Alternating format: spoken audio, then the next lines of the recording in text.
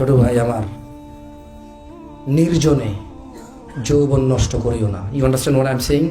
তুমি বুঝছো আমি কি বলছি? একাকিত্বে নির্জনে নিজের যৌবন রিজিক, এটা কেমন আমি তোমারে বলি? ওয়াল্লাহি তোমাদের কি হয়েছে ছোট ভাই আমার, তোমরা কেন জিনিসটাকে সহজে নাও না? এরকম মেরে পাশ ভি ব্যাস হাসি একটু মন, একটু দেখো হাসলে তোমার ইচ্ছা।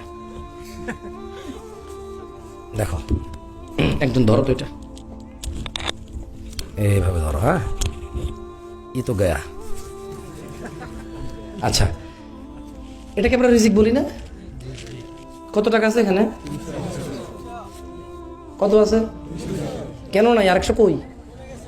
ফেলে দিছি, চলে যায় নাই। কি করছি? ফেলে দিছি। মদ খাইছি, কি করছি? মদ খাইছি, কি করছি? আর কত আছে?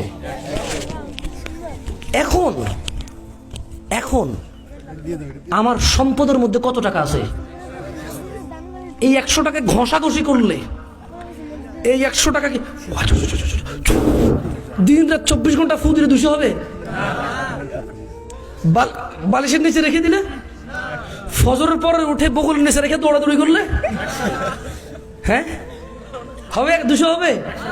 তো যৌবনটা তো এমন, তোমাকে আল্লাহ যতটুকু দিছে তুমি ওয়াশরুমে ফেলে দিচ্ছ না তুমি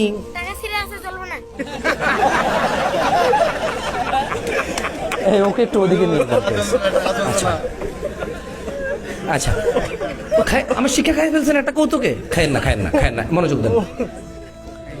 দেখো ছোট ভাই আমার, আল্লাহ নবী সাল্লাল্লাহু আলাইহি সাল্লাম বলছে লা ইয়াজনি জানি, এত কথা বলি না তো প্লিজ। লা ইয়াজনি জানি, কোন জেনাকারী হিনা ইউজনি, জেনা করে না, ওয়া হুয়া মুমিন, ঈমানদার থাকা অবস্থায় কোন জেনাকারী জেনা করে না। তার মানে যখন মানুষ জানা করতে যায় তার সাথে তার ঈমান থাকে না। যৌবন একটা রিস্ক, অবৈধ পথে। আপনি একটা জিনিস জানেন? আচ্ছা পৃথিবীতে এমন কোন জায়গা আছে যেখানে ছোট ভাই তুমি ঢুকে গেলে আল্লাহ তোমাকে দেখবেন, এরকম আছে? পানির নিচে, হোটেলে, গাছের নিচে, ছাদের উপরে, রাত্রিবেলায় আল্লাহ দেখবে না? দেখবে না? তো আল্লাহ নবী তো বলছে, আয়েশা রাদিয়াল্লাহু তাআলা আনহা বলছে যে ইয়া উম্মাতা মুহাম্মদ, হে উম্মতে মুহাম্মদরা, মা আহাদুন আগয়ারা মিন আল্লাহ, তোমাদের মধ্যে আল্লাহর চাইতে অধিক মর্যাদার কারণ নাই। আইয়ারা আবদাহু ওয়া আমাতাহু তাজনি, আল্লাহ তার কোন বান্দা বান্দিকে জানা করা অবস্থায় দেখতে চায় না। কি অবস্থা দেখতে চায় না? তো তুমি যে জানা করতেছো, ওই যে রিজিক তোমার কাছে ছিল 300 টাকা, 200 টাকা ফেলে দিছো। এবার সকালবেলা ডাক্তারে যতই বলুক বগল নেচে রসুন নিয়ে দৌড়ান, লাভ হবে না। যা ছিল তা তুমি ফেলে দিয়েছো, যা ছিল তা তুমি উপভোগ করে ফেলেছো। তবে আল্লাহ তোমার জন্য হালাল ব্যবস্থা রেখেছিল। কি রেখেছিল? আল্লাহ তোমার জন্য প্লেট রেখেছিল, ওখানে তুমি খাবে। তুমি পায়খানার উপরে খাদ্য রেখে তারপরে খেয়েছো।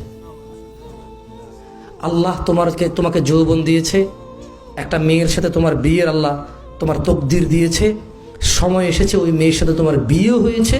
আল্লাহ তোমার যতটুকু যৌবন লিখে রেখেছিল তুমি ওর সাথে উপভোগ করতে পারতা হালাল ভাবে, আল্লাহকে সন্তুষ্ট রেখে। অথচ তুমি হারাম ভাবে যৌবন নষ্ট করেছো।